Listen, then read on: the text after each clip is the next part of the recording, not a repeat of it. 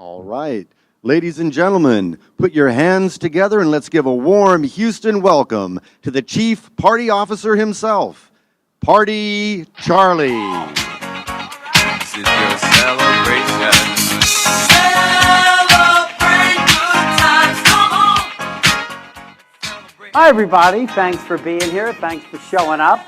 What do they say? 90% of success is just showing up. You're probably wondering what party celebrating and socializing has to do with getting the client and keeping the client. Well, in my experience, if you're not loving what you're doing, you need to do something else. You seriously need to do something else. Let me just get a little feel for who's here. How many people have single stores? Good. How many people are just online? Good.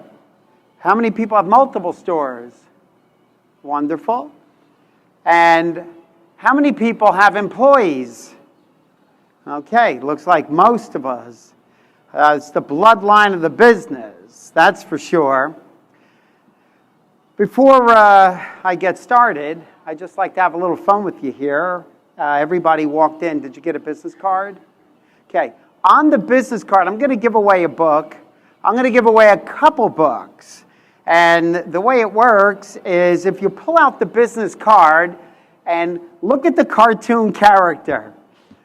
First of all, does the cartoon character look like me? Hey, you saw that video, by the way. I don't know if you realized that, but I had hair at one time. Okay? I don't have the hair anymore, but I have glasses. So I traded off the hair for the glasses. And I'm not so sure I'm happy with the trade, but hey, you know, you take what's thrown to you. So if you notice on the PartyCharlie cartoon, you'll notice usually a tuxedo has a nice white crisp shirt. But some of the cards are kind of colored in and he doesn't have a white shirt. How many people have PartyCharlie without the white shirt? You have it inked in, right? When we're done, come over to the table. I'm going to give you one of my books. Okay? Party Planning Secrets. The Ultimate Guide to a Successful Party, where I talk about in parties, there's 5 steps, by the way, to create an outrageously successful party. Step number 1, you have to have a highly creative invitation. Step number 2, greet your guests at the entrance. Step number 3, create the ambiance. Step number 4, give your thing to do. I've been to parties where people think just eating and drinking is something to do. We do that every day, so that's not special. So give them something to do. And in my book, I have 25 plus ways to do it. Last but not least, fabulous food and beverage. Notice I didn't say expensive food and beverage. I was just talking with Alan, who is over at the tech booth, and it just shows you how small a world it is. If you noticed on part of the video there, you saw Michael Landon and Steve Martin and Spielberg at the very time that I was there in Los Angeles at Laird Studio, which is now called Culver City Studios. Alan was working there, and I didn't know it until about 5 minutes ago. Just shows how small the world. But I want to get into talking about employees, and I want a story. When I first got into the business, I was moving tables and chairs around in a hotel back in New Jersey. It was a rather large hotel. We had 12 banquet rooms, and we could do 12 parties at any given time. It's very interesting for me, and then I noticed people being nice to one another, and I thought, you know, I think I want to be a part of this, because I was going to school to learn how to be a welder. You know, the mask is on, you're in the booth all by yourself, and you're getting sparks and everything, and something told me, that's not for me. I need something different. So I got into the hotel business, and I really learned how to do these great parties. Now, I worked for people who were really tough, and they pushed you, and they pushed every employee. They brought you in at the last minute. They worked you to the bone. They got as much as they can out of you, and then they you. And that's what I learned. That's how I learned to treat an employee. So at 23, I bought my own restaurant with some partners. I brought the employees in last minute. I pushed them as hard as I could push them. I got as much as I can get out of them, and I let them go. And I always put the fear of God in them. I always let them know if you're not performing, you're going to lose your job. Why? That's what I learned. 12 years ago, I learned a new way. 12 years ago, I went to this amazing seminar from an author called T. Harv Eker, Peak Potential, The Millionaire Mind. What an eye-opener for me. And one of the sessions that we did, it talked about how you treat people. And at first I was just thinking, well, you know, you got to push people to do things today because people don't want to ordinarily just do it themselves. He said, well, then you're hiring the wrong people. And I just thought for a moment, maybe I was hiring the wrong people. So maybe I was the problem. Get people that want to do the job. So the interviewing process should be very stringent. And I know for a lot of us, including myself, we hire so quickly because we need the people and we just fill the room up with bodies. And especially me, if I'm doing a party for 5,000 people, I'm working with several staffing agencies, I've got to bring people in at the last minute. Well, how do I know who I'm getting? And I don't all the time. But the key there is to give them the tools to do the job. What do I mean by the tools? Let them know what it's expected of them. Even somebody who's working for me the first time and I didn't have an opportunity to interview them. That's pretty tough. So I have to give them the right tools and bring them in early enough. And see, what I was trying to do is I was calculating, well, if I bring them in this time here and I let them go here and I'm charging this much for them, well, my profit is this much. And, you know, in the party planning business, everything you touch, you need to have a profit on. And then after this seminar, I thought, well, what if I don't make so much money on the staff? What if I start bringing them in and making sure that there was food for them to eat in the beginning so they're not always hungry and they're going to eat, and water, and let them know where they can take breaks and start treating them. So I tried this grand experiment. And I thought, okay, this is a little, this is scary because it's money out of my pocket, but you know, the seminar said it's going to work, and I thought, well, I'll try it.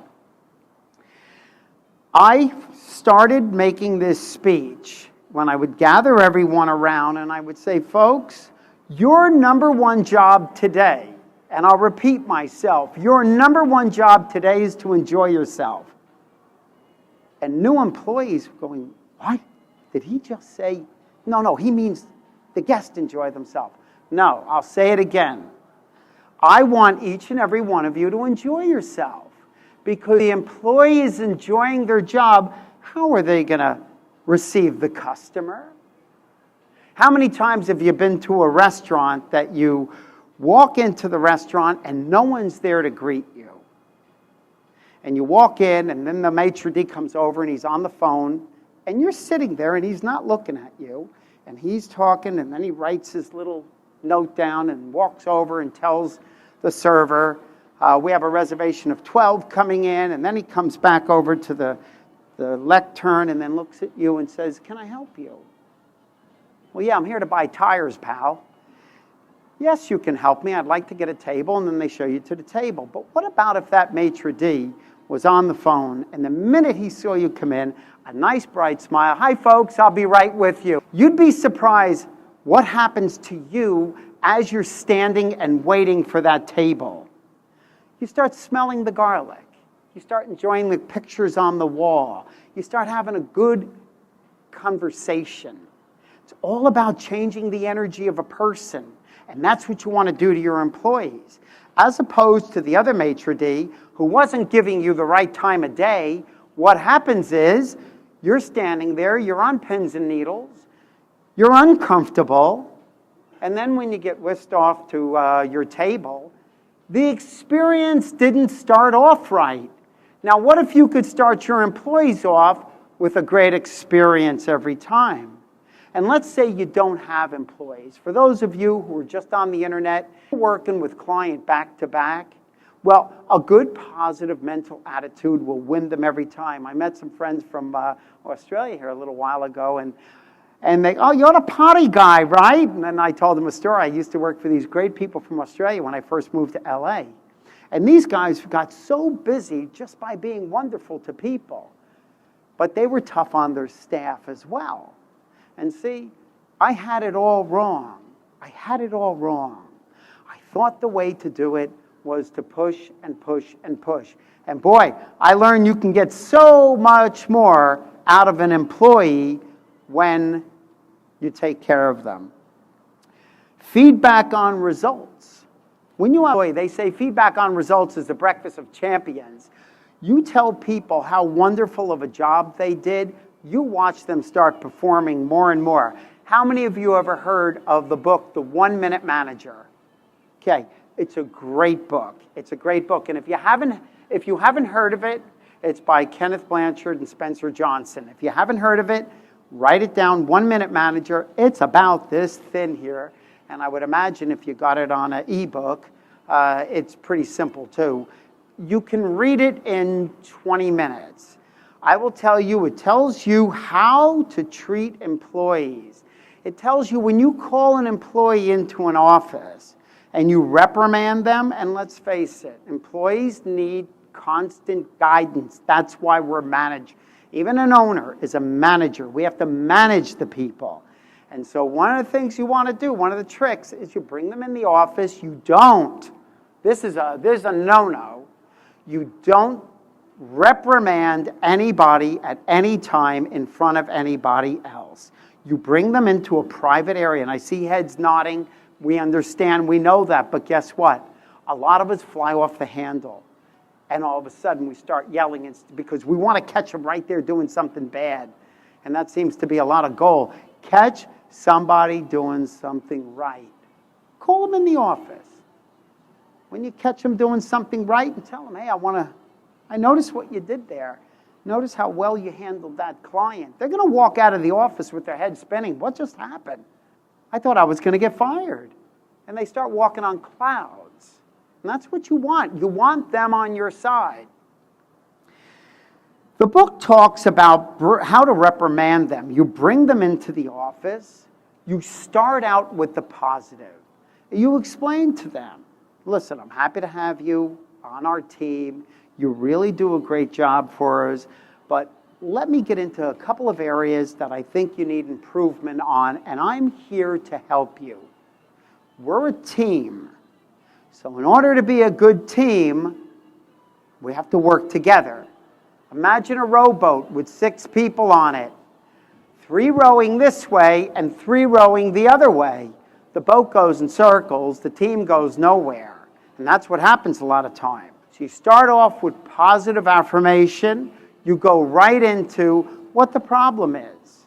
But then, before they leave the office, you make sure you let them know how happy and proud you are to have them on the team, and that you're here anytime they need something, let them know. So when they leave the office, what are they thinking?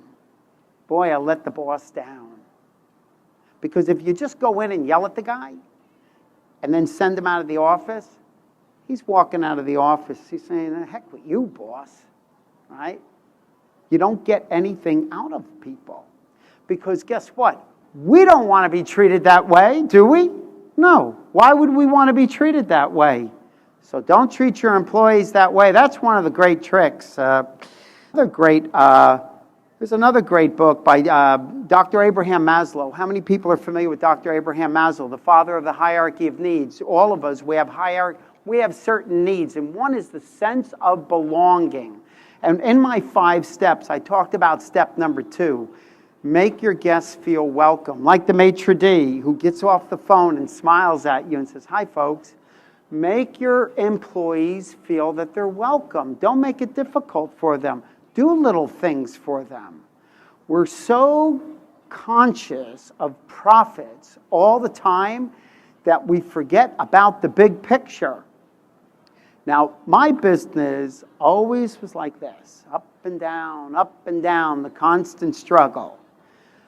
Until 12 years ago, I discovered what I call the little secret, how to bring the employees in early, take good care of them, start letting them know that I cared about them, making sure that their needs were met. And I'm not talking about coddling them. You know, I gave them the information. I made sure they were doing the job. But I just wasn't an SOB like I used to be, because that was how I was taught. That's the only thing I knew. My business has gone through the roof. I take 8 to 10 vacations a year. I have a home in Texas. I have a home in California. I have a home in Palm Desert. Business is good, and I'm able to enjoy my life. And I thank my employees for it. But boy, oh boy, when we just get into the bottom line all the time, the bottom line, and forget about people. People is our most important resource. One of the things we forget to do, and by the way, folks, I don't know if you know this, but you're in an amazing business. You're in an amazing business because you are providing products for people to enjoy their life and have fun. Because if you turn on the news, it looks like the world is almost over. It looks like Revelation is at our feet right now. And nothing could be further from the truth. There's so much fun, so much energy going on in this world that's good. And we need to concentrate on that. And by the way, you're the forefront of it. People are calling you for products and services that are going to make their life fun. And I feel blessed, by the way, to be in a business that people call me and they want me to create. It's always new and different and interesting and fun. So I'm constantly having a ball. And I love when somebody throws me a curve and throws me something that I've never done. And one of the things I do not do is I don't pretend I know. If I don't know, I'll tell the customer, I don't know, but I will get back to you. You need to teach your employees to do the same thing. We had a good conversation upstairs talking about this. This young lady right here told me that's one of the things she has on her long list for her employees. Is if the employee doesn't know the answer, train them to say, I don't know, give me a moment, I'll get a manager, or I'll find out. People are okay with you not knowing. We can't know everything. So it's simple. Just tell them, hey, give me a minute. Sometimes you might have to call them back the next day. Maybe when you're doing something online and they want a product that maybe you don't know is available right away, you may have to get back to them tomorrow. But if you got to get back to them tomorrow, guess what? You tell them tomorrow, you get back. Keep your word. Keep your promises. That's so important. Set goals for employees. How many people have goals for their employees? I don't see it. I see one hand going up, 2 hands, 3, 4. Okay, but there's like 30 of you in here, and I don't see anybody planning. How do you get your employees motivated? They come in every day. What do you put out the coffee for them? Nice. But what are the goals? And by the way, a lot of you live in places where you have a local movie theater. You know, you can actually go to that movie theater and say, hey, we're going to do something with our employees. How about giving us a half a dozen tickets? We're going to do a raffle at the employees. Get them involved. This way, then you can actually start promoting the local movie theater. Have all of you who have single stores or double stores, have you ever thought about the slow time, about putting some entertainment in your store? Well, do you know a magician, a mime, a caricaturist would love to have a little place in your store and to be able to set up just a little table and do some entertaining and entertain the kids. So you let people know, your employees know, because then your employees let their friends know about what goes on every Tuesday, if that's your slowest day. Let them know between such and such hours, you're going to be having a magician, and it's free. They come in, enjoy yourself. And what you do is you start doing it monthly. And then people get to know that every month you have something different. And you get a local vendor. These vendors will come for free. Trust me on that, if you allow them to hand out your cards. How many of you in your business provide party planning? Only one, okay? You should have a section in your store, and whether you do it yourself or you have authorized party planners that you recommend. And let there be an area that people can go and look. And what it does is that gets the party planners to come in and sign up with you to be on that board. Now, guess what? The party planner is already involved with your company. They need some party goods. Where are they going to go? They're going to go to the place that welcomes them. How's that sound? Products at your store that you should display. Make little vignettes. You see how you walk around and you see how some of this these things are set up just on a small table. There's something I do. How many people in your party stores, you have the little neon-colored sand pails, right? Well, I'll tell you what I did. I did the wrap party for the movie Evan Almighty for 800 people at Olivia Newton-John's former estate in Malibu. It's built 4 levels into the mountain. Beautiful. And on the beachfront, we did the party. It's just amazing. The little sand pails, I filled them with Mai Tais. So as people were walking in, welcome to Evan Almighty, welcome to Evan Almighty. I had everybody dressed in costume. And so as people come in, it was like, wow. The conversation was about the drink. So they got out of their head. And everybody walked into that party with such excitement. And that's what you want to do for your customers coming into the store. How do you excite them? You have a lot of vendors that will give you free product. Samples. How about having a sample basket that people can take with them when they leave your store? Okay? Or better yet, put it at the entrance of the store. Okay? Make sure it has your information on it, where it came from. This way here, they walk in, already they got something for free. I want to see hands. Who does not like anything for free? Okay, it's funny. I haven't seen one hand go up. You know, I do parties for people who have more money than they will ever know what to do. And when you do a raffle, you should see these people, how competitive they are. They just, okay, I mean, they can buy literally the building we're in, but just to get that little trinket, they're standing around waiting and waiting, see if their number's coming up. People love things for free. So do it. Get yourself a little basket there and do it for free for people. There's so many ways to improve your business. One of the tricks that I have learned in my business is to train the employees. And like I say, I may have people coming to work for me, and it's their first time ever working for me because I got them through an agency, because I'm doing a party for thousands of people. And who can keep thousands of people on the payroll? Just like this company here, the Halloween Expo.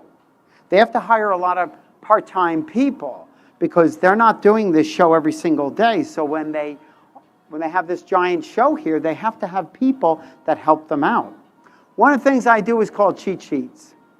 And it's just a little sheet that tells what the menu is, party's time cards, and just little information, what's going on, front and back. So the employee can actually take it out of the pocket and look at it. I've had customers say, that's pretty neat.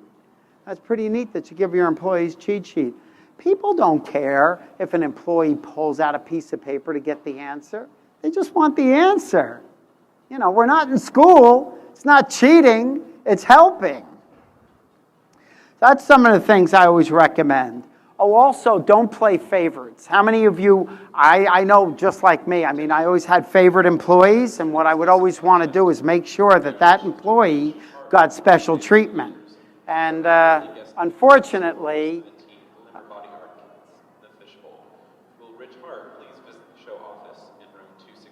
oh, I didn't know if that was for one of you. I'll be quiet in case it was an emergency. But unfortunately, you play favorites. It just diminishes the quality of the other employees because why should they care? Treat everybody equal. Teamwork is very important. Let's see what else I need to talk about. I talked about setting goals. Oh, encourage employees to give their opinion. This was something that I was famous for. Never listening to anybody. It was my way or the highway, because that's the way I learned. And you go through life with what you learned until something happens, and then you change your mind. Or something changes your mind. But I was more concerned about right than making money. I was just so stuck on it, how to be my way, how to be my way. And I'll tell you how crazy I was. Even if it was wrong and I knew it was wrong, I just wanted it my way. That's how I was. When I started to open up and listen to what employees had to say, and say, you know what? Let's try that. You have no idea what that does to that person. That person now is a ball of pride. Can you imagine how great you feel now? Hey, the boss took my suggestion and we're now doing this and this because of me. So let them get the credit. Why not? Don't take any credit yourself. Give all the credit away. You keep the money. Right? Makes sense. But that's not the way I learned. And 12 years ago, when I changed everything, it was a grand experience for myself. I thought, well, I'll try it. And I have to tell you, it truly, truly works. Does anybody have any questions for me? I thought you had a question with that big smile. All right, we'll take some questions. In a few minutes, I'm going to be over at the book signing table. And I'm going to sign your book, those who want a book. Can I see the hands again, those who want a book? Okay, by the way, I would love, folks, once you read this book, you're going to see it's a party planning book that I really put my heart into. And I'm dyslexic, but the words aren't mixed up, I promise you. I had great editors. But the greatest thing about the book is it's an easy read. And the reason I brought up being dyslexic, because I felt I couldn't achieve a goal like this. And as soon as I started seeing all the things I was doing different in my life, I thought, well, all my clients have always told me to write a book. I have clients who are authors. I said, Charlie, just write a book. Put your thoughts down. I said, well, you know, to tell you the truth, I'm dyslexic, and it's hard for me to keep the words and everything, the numbers. Have you heard of an editor? That's what they do. I said, oh, okay. And I still didn't do it. But then it's about 4.5 years ago, I decided to sit down and start writing the book and start writing about things I thought people would ask me that they needed to know.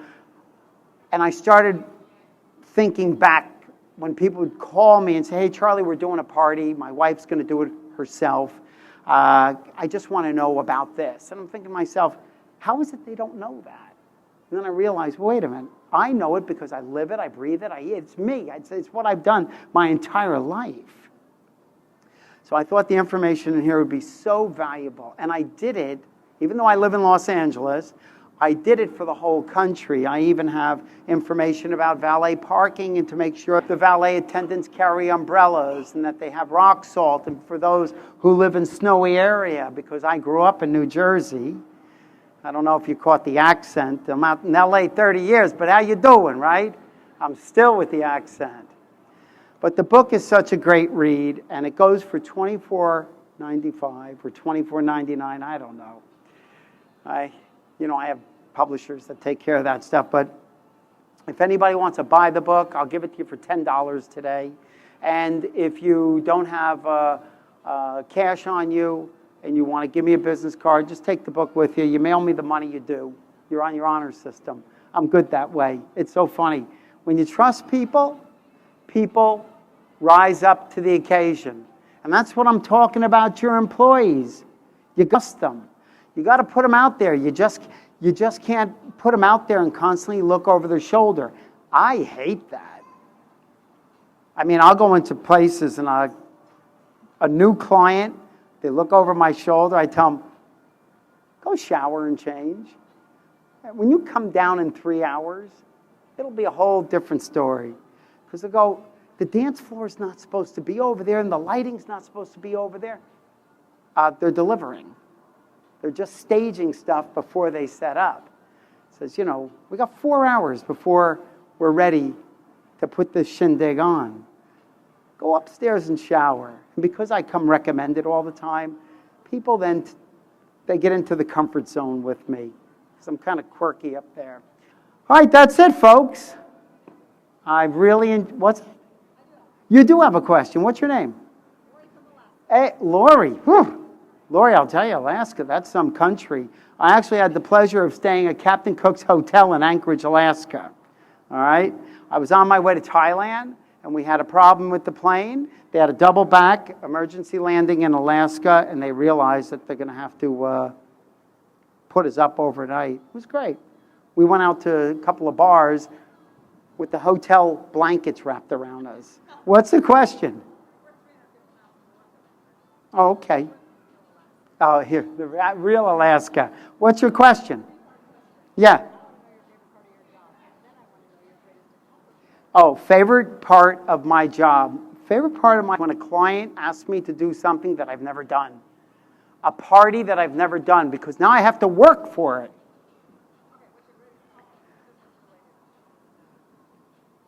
I think my greatest accomplishment in business is waking up 12 years ago and realizing that all these years I had it wrong.